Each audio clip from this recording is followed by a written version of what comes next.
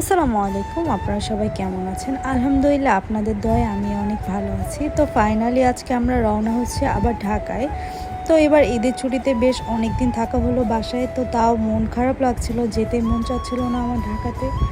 তো কী করার, আমাদেরকে তো আবার ব্যাক করতেই হবে ঢাকায়। সে কারণে আমরা বাসা থেকে বের হয়ে যাই। এখন ফার্স্টেই যাব আমরা কাউন্টারে।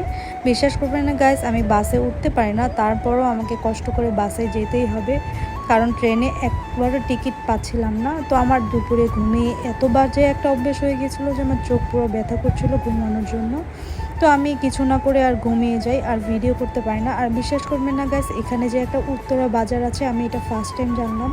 আর আমি কথা বলতে বলতে ঠাকুরগাঁও বাস স্ট্যান্ডে চলে আসি। তো এখানকার এক ঘুমে আমি চলে আসি নাবিল রেস্টুরেন্টে।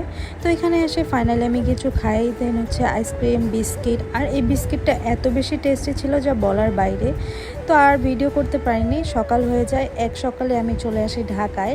তো আমি নামবো হচ্ছে আপনার মাজার রোডে। তো মাজার রোডে আমরা নেমে যাই। মাজার রোড থেকে আর আমাদের বাসা পর্যন্ত কোনো বাস যায় না, সে কারণে আমরা সিএনজিতে উঠে পড়ি যে আমাদের বাসা যাওয়ার জন্য। তো আমার বাসা হচ্ছে বনশ্রী বি ব্লকে। কার কার বাসা রামপুরার কাছাকাছি অবশ্যই কমেন্টে জানাতে ভুলবেন না। আর ভিডিও করার কোনো ইচ্ছেই ছিল না গাইস, এত বেশি টায়ার্ড লাগছিল যে আমার চোখ দুইটা বন্ধ হয়ে যাচ্ছিলো ঘুমে। তো এখন ফার্স্টে আমি রুমে গিয়ে আগে ফ্রেশ হয়ে ঘুমাবো। তো আজকের ভিডিওটা আপনাদের কেমন লেগেছে অবশ্যই আমাকে কমেন্টে জানাতে ভুলবেন না। সকলে ভালো থাকবেন আর আমার জন্য অবশ্যই দোয়া করবেন গাইস। আল্লাহ হাফেজ, আসসালামু আলাইকুম।